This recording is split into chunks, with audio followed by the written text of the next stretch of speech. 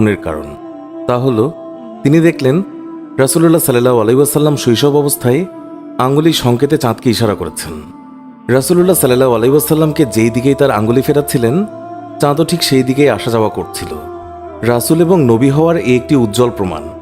শিশু মোহাম্মদ হালিমার গৃহে থাকা অবস্থায় কখনো তার উভয় স্তন থেকে দুধ পান করেননি। সবসময় তিনি একটি স্তন থেকে দুধ পান করতেন, অপরটি তার দুধ ভাইয়ের জন্য রেখে দিতেন। ন্যায়বোধের এমন চরম দৃষ্টান্ত পৃথিবীতে খুবই বিরল। সত্যি এটা একজন মহামানবের পক্ষেই সম্ভব। শিশু রাসূলুল্লাহ সাল্লাল্লাহু আলাইহি ওয়াসাল্লামের দ্রুত বর্ধনশীল দৈহিক অবস্থাও একটি লক্ষণীয় বিষয়। 2 মাস বয়সের সময় তিনি অন্যান্য শিশুদের সাথে হামাগুড়ি দিয়ে ফিরতে লাগলেন। 3 মাসের সময় দেয়াল ধরে হাঁটতে লাগলেন। যখন তার বয়স মাত্র 5 মাস, তখন বিনা অবলম্বনে হাঁটতে শিখলেন। 7 মাস বয়সের সময় তিনি ফিরতে লাগলেন এবং মাত্র 8 মাস বয়সের সময় তিনি কথা বলতে সক্ষম হন। তার এই গুণগুলো নিশ্চয়ই তার মুজিজার মধ্যে অন্তর্ভুক্ত এবং তিনি উম্মতে মুহাম্মাদের শাফায়াতের কাণ্ডারী। সারওয়ারে কায়নাত, দোজাহানের সম্রাট রাসূলুল্লাহ সাল্লাল্লাহু আলাইহি ওয়াসাল্লাম অতি শৈশবকাল থেকেই একান্তভাবে পাক সাফ থাকতেন। সাধারণত শিশুরা নিজের প্রস্রাব পায়খানা নিজের অঙ্গে প্রত্যঙ্গে বা জামা কাপড়ে মাখে, এমনকি তা মুখে দিয়ে থাকে। রাসূলুল্লাহ সাল্লাল্লাহু আলাইহি ওয়াসাল্লামের দুধমাতা হালিমা রাদিয়াল্লাহু তাআলা আনহা তিনি বর্ণনা করেন, শিশু মুহাম্মদ কখনোই বিছানায় প্রস্রাব পায়খানা করেননি, নিজের অঙ্গ প্রত্যঙ্গ এবং কাপড় অপবিত্র করেননি। তাকে বিছানা থেকে উঠিয়ে 2 পায়ের ওপর দাঁড় করানো ব্যতীত কখনো পায়খানা প্রস্রাব করতেন না। সাথে সাথে তাকে পরিষ্কার করে দিতাম। তিনি যে আল্লাহ তাআলার সৃষ্ট মানুষ, তাতে আমার কোনোই সন্দেহ ছিল না। সুতরাং সর্বাবস্থায় পাকসাফ থাকা তার পক্ষে অস্বাভাবিক কিছু নয়।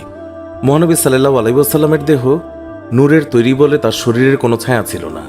মানুষের ছায়া কত ময়লা আবর্জনার উপর পতিত হয়, কত পশু পাখি অথবা মানুষের পায়ের তলায় ছায়া পতিত হওয়ার সম্ভাবনা থাকে, কিন্তু মহানবী সাল্লাল্লাহু আলাইহি ওয়াসাল্লামের পবিত্র দেহের ছায়া এইভাবে অপদস্থ হওয়া আল্লাহ তাআলার অভিপ্রেত নয়। এই জন্য আল্লাহ তাআলা তার দেহ ছায়াহীন করে তৈরি করেছেন। এই কারণে তার দেহের ওপর কখনোই মাছি বসেনি, কেননা মাছি অপবিত্র বস্তু থেকে জন্মলাভ করে, তাই মাছির দেহ অপবিত্র। তাই রাসূলুল্লাহ সাল্লাল্লাহু আলাইহি ওয়াসাল্লামের শরীরে এটি কোনোদিন স্থান পায়নি। হযরত মাইসারা রাদিয়াল্লাহু তাআলা আনহা ছিলেন হযরত খাদিজা রাদিয়াল্লাহু তাআলা আনহার দাস। তাকে খাদিজা রাদিয়াল্লাহু তাআলা আনহা রাসূলুল্লাহ সাল্লাল্লাহু আলাইহি ওয়াসাল্লামের খেদমতে পেশ করেন। তিনি বিভিন্ন সময় বিভিন্ন অলৌকিক ঘটনা প্রত্যক্ষ করে বিস্ময়ে অভিভূত হয়েছেন। তিনি দেখেছেন রাসূলুল্লাহ সাল্লাল্লাহু আলাইহি ওয়াসাল্লাম যখন পথ দিয়ে চলতেন, তখন একখণ্ড মেঘ তার মাথার উপরে ছায়া বিস্তার করে তার সঙ্গে ভেসে বেড়াত। মানুষের আকৃতির এই যে অস্বাভাবিক কার্যকলাপ, এটা নিঃসন্দেহে রাসূলুল্লাহ সাল্লাল্লাহু আলাইহি ওয়াসাল্লামের একটি অনেক বড় মুজিজা, যা নবীর শৈশবকাল থেকে লক্ষ্য করা যায়। পূর্বে বর্ণিত প্রত্যেকটি বিষয়ই রাসূলুল্লাহ সাল্লাল্লাহু আলাইহি ওয়াসাল্লামের শৈশবকালীন মুজিজা, তবে এগুলো স্থায়ী নয়। বিশ্বনবীর জীবনের শ্রেষ্ঠ মুজিজা হচ্ছে পবিত্র আল কোরআন, যা কিয়ামত পর্যন্ত স্থায়ী থাকবে। তাছাড়া আমরা তার জীবনে আলোচনা করলে দেখতে পাই, মহানবী সাল্লাল্লাহু আলাইহি ওয়াসাল্লামের পুরো সংগ্রামী জীবনটাই এক অলৌকিকতায় পরিপূর্ণ, যা তার নবুয়তের জন্য যথেষ্ট প্রমাণ বহন করে। সুপ্রিয় দর্শক, এই ছিল আমাদের আজকের ভিডিও।